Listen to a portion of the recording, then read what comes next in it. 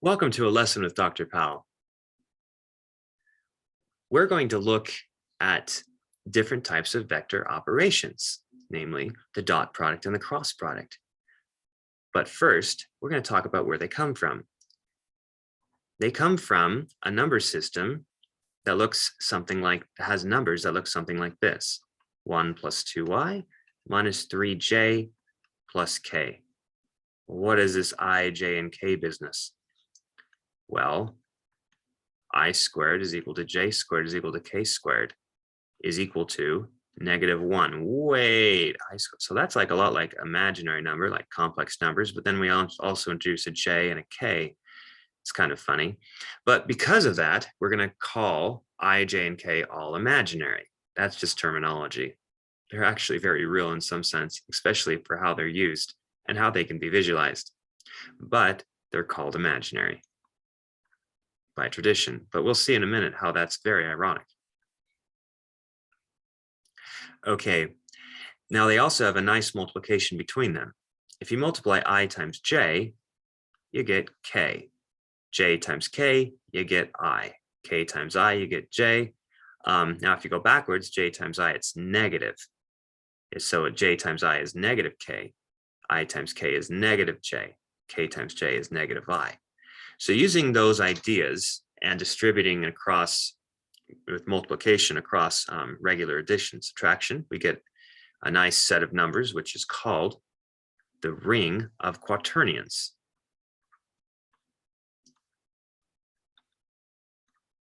Now notice that there are four different coefficients here to worry about. So it's like there's a tuple of 4 different numbers. If we thought of that as a vector, we would be in 4 dimensions. Oh, that's kind of hard to visualize. But what's interesting is we're going to describe some vector operations which actually come from multiplication of quaternions. Now, multiplication of quaternions is similar to multiplication of complex numbers. When complex numbers multiply, then things rotate. So we get a 2-dimensional rotation. When quaternions multiply, they also rotate. We get a 4-dimensional rotation. And this is a great set of operations because when we project those rotations onto either the imaginary part, which has 3 dimensions. Oh, wait a minute. That's actually the 3 dimensions that we're going to visualize is the imaginary. We're not going to visualize what's real. That's why it's ironic. It's just notation. It's just terminology for how we call it. But however, the imaginary part is what we're going to be actually visualizing, and the projection of a multiplication of quaternions onto that, at least if you look at it closely in the right way, is going to be what we call the cross product after we multiply. The projection onto the part that we don't see is actually going to be what we consider or call the dot product. So you hear the words dot product and cross product, they're just simply taking either the real part or the imaginary part of a regular multiplication of quaternions in this way. If you want more specifics about how this works and how this relates to the dot product and the cross product in particular, please see the playlist Calculus 2 videos that I have in the same YouTube channel. But for now, we're going to just speed ahead to the dot product and the cross product, how they work, how to take them, and kind of what they mean in some sense intuitively for our purposes. Okay, so first, let's do dot product. If I have 2 vectors, 1, 2, and let's do 3, and then maybe something like -2, 3, and let's do 4 this time. All right, how do we take a dot product?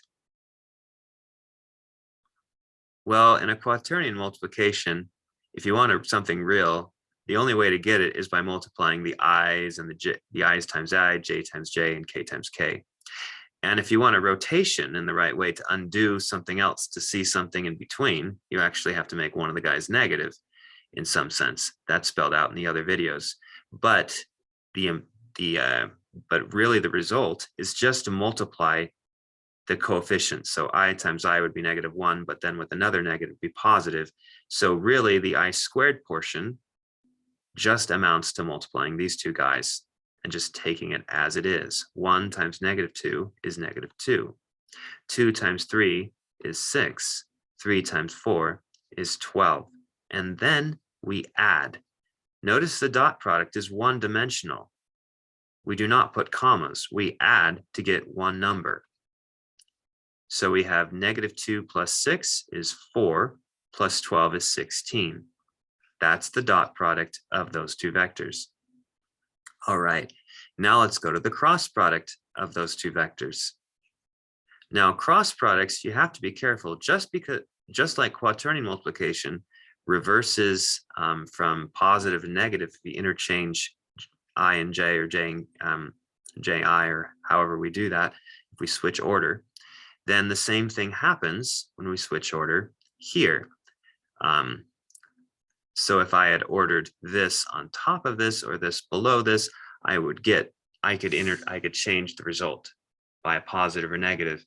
And ultimately that happens because this right here is actually an imaginary quaternion. This can be rewritten as I plus 2j plus 3k. This right here can be rewritten as -2i plus 3j plus 4k. Okay, so how do we take the cross product? Well, if we want to know what goes right here in this part, the result is going to be a vector because it's projection onto the imaginary part. Cross product, and I'll use this notation for cross product of two different vectors, is always going to be a vector.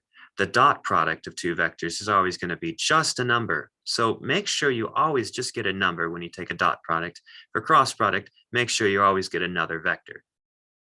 Okay, so how do you get this guy? Well, remember that j times k was I. And then over here, we had j, if we do k times j, but it's in the opposite order, you get I as well. And so because of that, we get this thing, which can be thought of in a determinant sense if you're familiar with matrices, but for now, we'll just take it as a rule. So to find this, what we do is to find this component, we kind of, in our minds, we block out this component here in the multiplication, we skip over here and we look at diagonals. And we take 2 times 4, so we go this diagonal, 2 times 4, minus that diagonal, 3 times 3. So we say 2 times 4 minus 3 times 3, and we put it right here. That's 8 minus 9, which is -1. Now, how do we get this component? We do a similar thing, but we kind of reverse the signs. But if we don't want to, because we reverse the signs if you look at the details of the little chart with I, j, and k. But for now, just taking as a rule, what we do is we kind of in our minds block out the middle. So block it out, pretend it's not there, and then take diagonals again, but then just this guy you always reverse the sign for after you complete the computation. That's because the diagonals are actually reversed from what they were before in this case. So here, what we're going to do is we're going to take this diagonal, 1, 4, and then subtract this diagonal, 3 times -2. And then after that, we reverse its sign. Okay, so the middle guy always has a sign reversal, but this guy doesn't, and that guy actually won't either.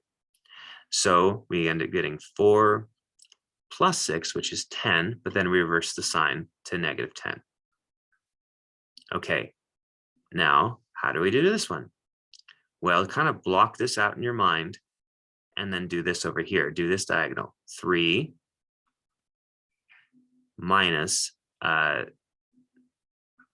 2 times a negative 2. So we end up getting 3 plus 4, which is just positive 7. Notice we just take this diagonal, then that diagonal